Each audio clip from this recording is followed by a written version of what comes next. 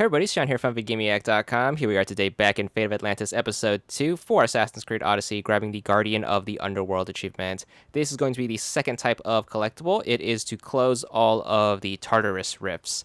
Now, you are introduced to these as soon as you get into the Underworld. Basically, it's going to be this giant glowing circle. What you have to do is you have to interact with it. It will be defended by these ghost enemies. Once you activate it, they should come to life, allowing you to kill them. And all you have to do is just make sure you kill them while the thing is active. So your first one is given to you as part of the main story. As for the rest of them, they are going to be collectibles spread across the map. So we're going to start up north. You have this cave right here called the Ancient Tenemos. We have a little bit of a cave crawl. Head on inside. It's a pretty linear cave, so hard to get lost. You have this fork right here. Just follow the columns, and then you should be in this room. Then all you have to do is just find the rift, activate it, and then take out every enemy in the area. I recommend playing the stealthy approach because it is possible for them to gang up on you. However, sometimes that's out of our control and we have to do some fighting. But it's pretty easy. Just combo everyone to death. They are pretty much standard enemies that you should be able to deal with A-OK.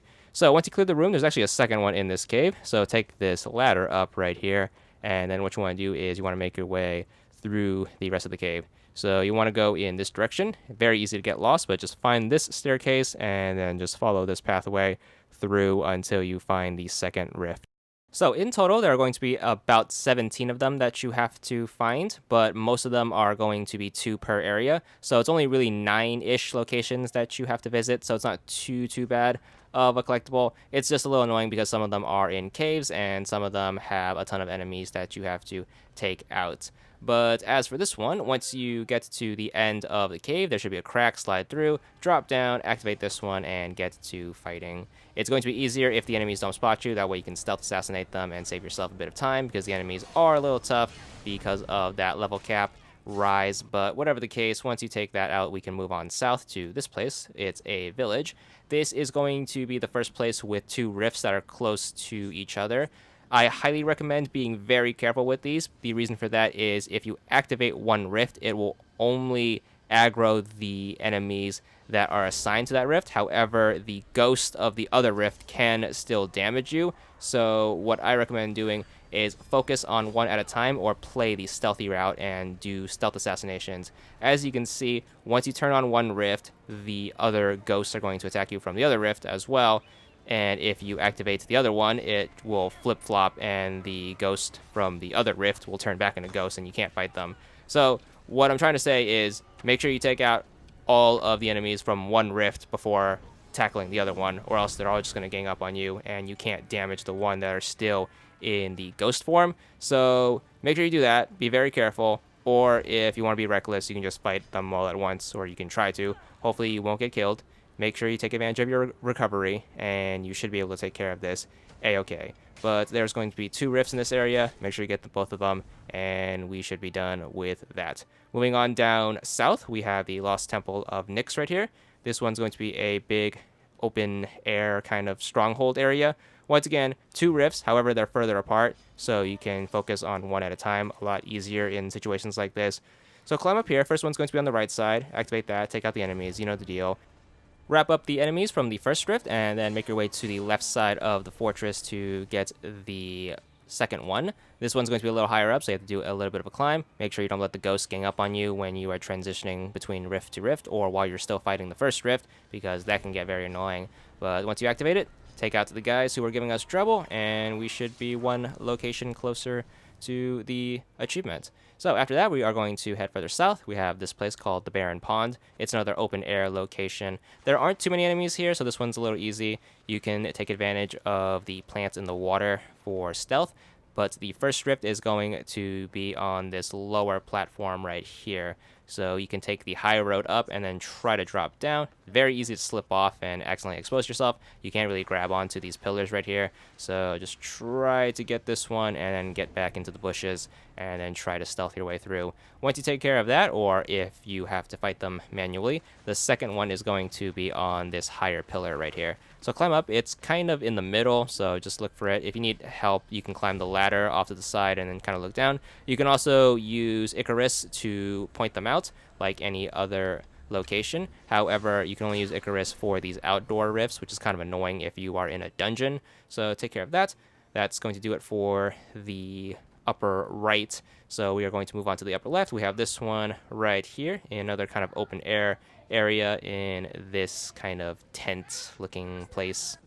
This is going to be another location where the two rifts are pretty far apart from each other, so it's easy to tackle one at a time. Get the one in the tent, and then make sure you take out the enemies in the lower part. As for the second one, it's going to be higher up on this ledge right here. I recommend hugging the left side of the wall. Watch out for the patrol going up and down this slope. Let her pass, so as she's on her way back uphill, you can climb up this ledge right here, and then activate the rift. It's going to be behind the tent. Just sneak your way through, and you should be able to get this with the stealthy approach.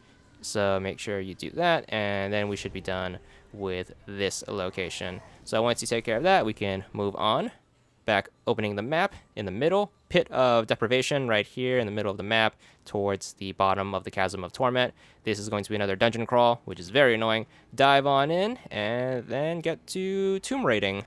So this cave should be pretty linear, so just follow the straight path until you get to a fork. The fork is going to have a veil path to the left, which you need the fallen armor to go through. We are not going to go that way. Instead, we are going to hang a right like a normal person and then follow this down until we get to the rift. Keep in mind you do need the armor later on to get one of the rifts since it is behind the veil, just not at this moment. So I recommend doing this achievement about half-ish way through the DLC, and especially after you get to that armor, since you need the armor to get most of the achievements, if not all. So make sure you knock that one out of the way whenever you can.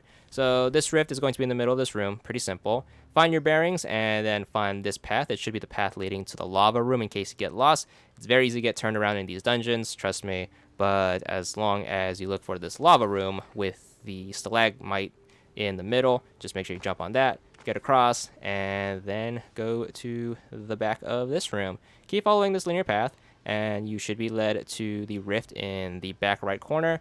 Make sure you try to be careful of the enemies. If you can get the jump on them, you will have the high ground. If not, they are going to chase you. But once again, easy peasy. There's only a few of them, and that should be another dungeon taken care of. Moving on to the south of the Chasm of Torment, you have the Restless Necropolis, another dungeon crawl.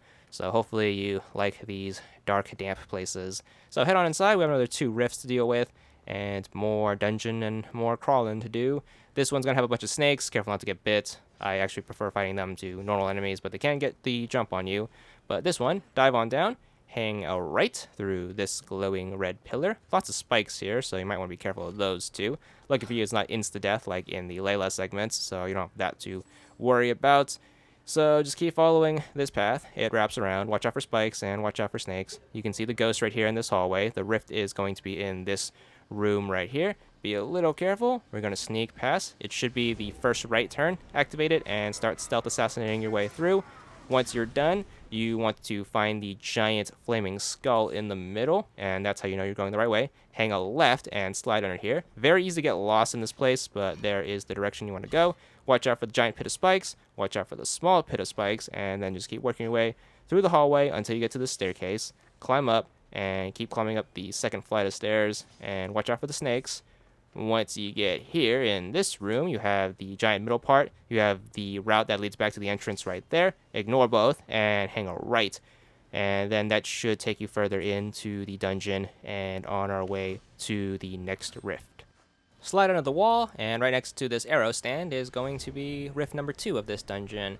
Grab the arrows and then try to take out the enemies, but unfortunately sometimes you get spotted and sometimes they gang up on you. But just take them out and we should be done. On to the Morning Field, starting off Cradle of the Underworld in this Poison Dark Souls-esque environment, because every game is like Dark Souls.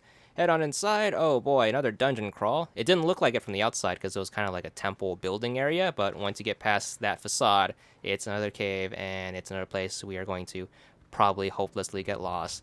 But just hang a right once you get to that first open room. Continue down the dark dripping cave until you get to this next big open area right here. We are going to ignore that. Continue down the corridor. This is why you need the armor, since this is the only rift that is behind a veil. Use the armor's ability, pass through the veil, and you should be in this smaller room. Slide through the crack, and then the rift is going to be right on the other side. This is the only one you need the armor for. This one's a little annoying since the rift is on top and it's kind of a big vertical room, so you kind of have to descend your way down and then take out the enemies one at a time.